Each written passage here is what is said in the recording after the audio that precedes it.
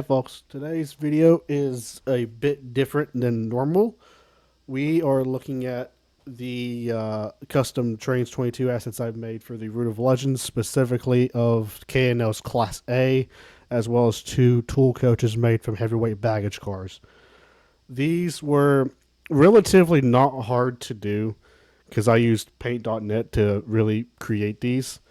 Um, but there are three different versions of the A, two of them being A1 variants, and the first one being a basic A. And then we got two six-axle heavyweight tool cars made out of heavyweight baggages.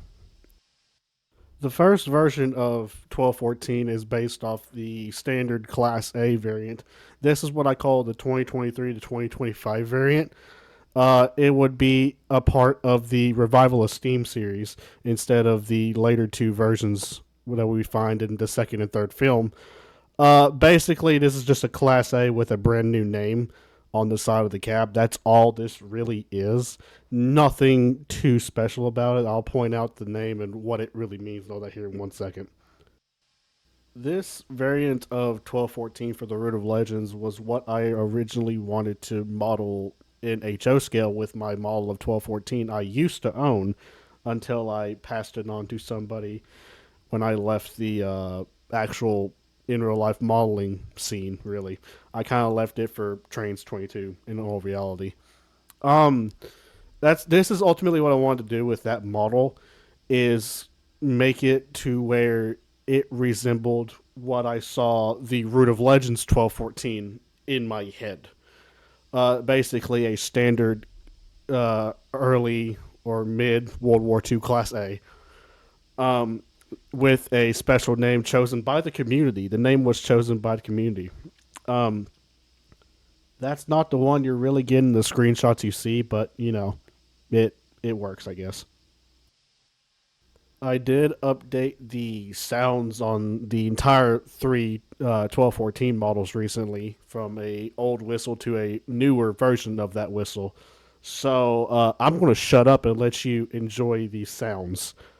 Enjoy, I guess. I don't really know how if you enjoyed it. I don't really care.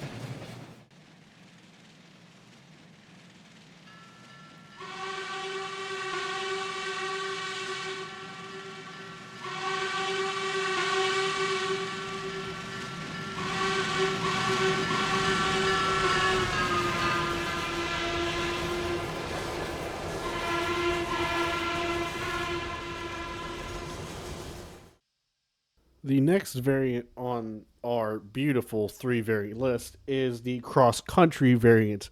This is where I decided to get a little spicy. Um, if you can't tell by the spinning photo here. Um, this is a variant I'm very proud of. It is probably my favorite out of the three. I will explain more once we get into a closer inspection here. The cross country variant is the variant of 1214 that is made for the Root of Legends, the not the Rose of Fate, the Root of Legends. What the fuck did I call it? I think it's. I should know this. It's Trial by Fire. Yeah, there we go. The Root of Legends Trial by Fire.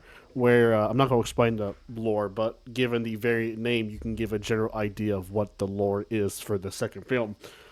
Um, this variant took a lot more effort than the first one did. Um, Mostly because I added the Class J maroon stripe across the cab window and the tender and aux tender, as you can see. We'll get more into how I managed that once we get a bit closer, what everything says and everything. But just know this is probably one of my more favorite models out of the three, even though the third one looks eerily similar. So yeah, just know that. This variant of 1214 is also dubbed the A1 variant, where in the lore of the series, this is where she got a major upgrade to where she could rival the power of 4014 and match the speed of give or take 611. But that's besides the point. That's for another video. As you can see, this is give or take what it looks like on the cab and then on the tender. The tender now has the name of the museum instead of the Norfolk and Western Railway. But other than that, that's about it. That's all I really have for this variant, other than the maroon stripe. It does look nice, though. I really like it.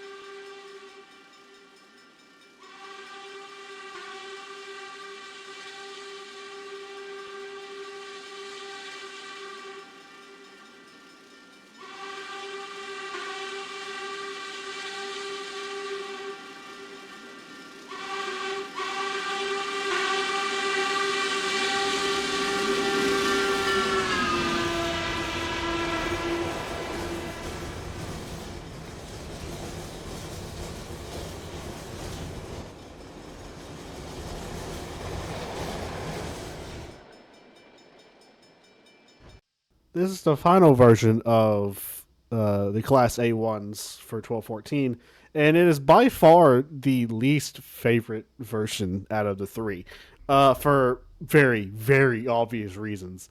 Um, they only changed one thing from the cross country scheme, but we'll get into that here when we get into it, as per usual. You already know the drill.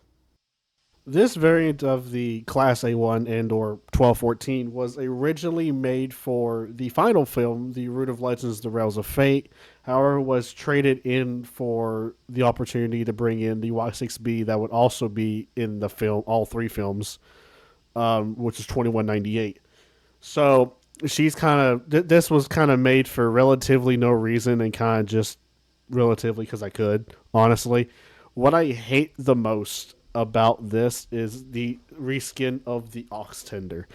I do not know what in the hell I was thinking when I was doing the ox tender because the basic maroon stripe without the name on it is a beautiful fucking design. I don't know why I added the name, and especially I don't know why I made it so big. I think that may have been one of the nights I was working overnight, and I honestly do not remember doing it up until I saw it one day. I despise this variant, and every screenshot you see um, of 1214 has the regular maroon stripe tender. It will. I will never use this ox tender. I should just get rid of it, but I refuse to for some odd reason, and I don't know why. But there it is, I guess. And now we move on to probably the easiest thing outside of the first version of 1214, the two tool cars. These were Texas State Shops heavyweight TM54 cars that I reskinned for the IGHS's tool cars, both for one for 1214 and one for 2198 once I finished the 2198 project. So we're going to go look into those real quick, and yeah. These tool cars are kind of meant to represent the heavyweight baggage slash tool car that the VMT uses for both 1218 and 611. Um, Although not certainly to a T. I don't have an official logo for the IGHS yet, so I can't slap it on, the middle of the damn thing. But I numbered these after both 1214 and 2198. One is called 1214-A.